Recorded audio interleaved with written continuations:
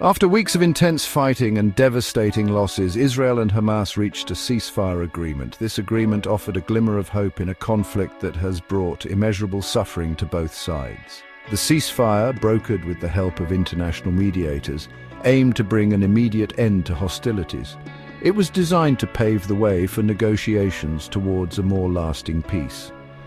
The agreement was met with cautious optimism by the international community, but also with the understanding that the situation remained extremely fragile. The ceasefire came at a heavy price. Thousands of lives were lost on both sides, including many innocent civilians. The conflict left Gaza, in particular, facing a humanitarian crisis of catastrophic proportions. Homes, hospitals, and vital infrastructure were reduced to rubble. The human cost of this latest chapter in the Israeli-Palestinian conflict is difficult to comprehend. The road to peace, as always, is fraught with obstacles. The ceasefire, while a crucial first step, represents only the beginning of a long and arduous journey. Deep-seated mistrust and animosity between the two sides run deep. The underlying issues that have fueled this decades-long conflict remain largely unaddressed. The international community has a vital role to play in supporting the ceasefire and fostering a climate conducive to peace. Both sides need to show restraint and a commitment to dialogue. Ultimately, a lasting solution will require addressing the legitimate grievances and aspirations of both Israelis and Palestinians.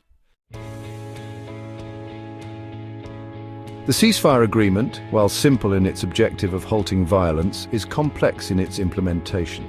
It is structured in phases, each with specific conditions and timelines. The first phase focuses on the immediate cessation of hostilities. Both sides agreed to stop all attacks, including rocket fire from Gaza and airstrikes by the Israeli Defense Forces. Central to the ceasefire agreement is the issue of hostages. Hamas, in its initial offensive, took a number of Israeli civilians hostage. The agreement mandates their unconditional release. In return, Israel is obligated to release a number of Palestinian prisoners. This exchange, while politically charged, is seen as crucial for building trust and demonstrating goodwill in the early stages of the ceasefire. The later phases of the agreement address the underlying issues that perpetuate the conflict. These include the blockade of Gaza, the status of Palestinian refugees, and the question of Jerusalem. Progress on these issues is essential for achieving a lasting peace. However, they're also the most contentious, making negotiations extremely difficult. The ceasefire agreement, while fragile, offers a roadmap to peace. The road ahead is long and uncertain, but the alternative, a return to violence, is unthinkable. The international community must seize this opportunity to push for a just and lasting resolution to the Israeli-Palestinian conflict. The ceasefire, while welcomed by all parties, has faced immediate challenges in its implementation. Sporadic violence has continued, with both sides accusing the other of violations. The situation on the ground remains tense, with the potential for a rapid escalation of hostilities. The issue of hostage release has proved particularly contentious. Hamas has delayed the release of some hostages, demanding further concessions from Israel. This has angered the Israeli public and put pressure on the Israeli government to take a hard line. The families of the hostages, caught in the middle of this political tug-of-war, have pleaded for the safe return of their loved ones.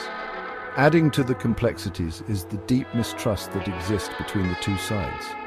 Years of conflict have created a legacy of suspicion and animosity. This makes communication and negotiation extremely difficult. Building trust is essential, but it will require patience, understanding, and a willingness to compromise from both sides. The ceasefire represents a window of opportunity, but it is a fragile one. The international community must use its influence to encourage both sides to adhere to the terms of the agreement.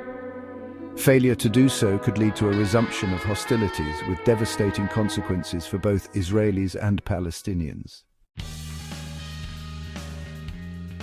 The international community has welcomed the ceasefire with a mixture of relief and cautious optimism.